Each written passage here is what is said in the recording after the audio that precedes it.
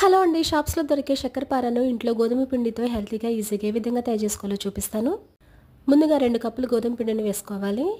తర్వాత పావు కప్పు పంచదారను 4 ఇలాచీలు వేసి పౌడర్ చేసుకుని వేసుకోవాలి. అందులోనే pinch of salt, 1 teaspoon upma రవ్వను వేసుకుని, పావు కప్పు కరిగించిన నెయ్యిని వేసుకుని, ఒకసారి అంతటిని కూడా బాగా కలుపుకొని, కొంచెం కొంచెం వాటర్ పోసుకుని చపాతీ ముద్దలాగా చేసుకుని మూత పెట్టుకుని 10 మినిట్స్ పాటు రెస్ట్ ఇవ్వాలి. తర్వాత చేతిలోకి కొద్ది పిండిని తీసుకుని మందపాటి చపాతీలా చేసుకుని వీటిని చిన్న చిన్న స్క్వేర్స్ లాగా కట్ చేసుకోవాలి. పైన చూపిస్తున్నట్టుగా పిండి అనేది ఆరిపోకుండా మూత పెట్టుకోవాలండి. ఈ విధంగా వీటన్నిటిని కూడా సెపరేట్ చేసుకుని డీప్ ఫ్రై కోసం ఆయిల్ సిద్ధం చేసుకుని మీడియం ఫ్లేమ్లో పెట్టుకుని వీటన్నిటిని కూడా గోల్డెన్ బ్రౌనిష్ కలర్ వచ్చేంత వరకు వేయించుకోవాలి. హై ఫ్లేమ్లో పెట్టేసుకుంటే కలర్ అనేది చేంజ్ అవుతుంది, కానీ లోపల పిండి అనేది ఉడకదండి.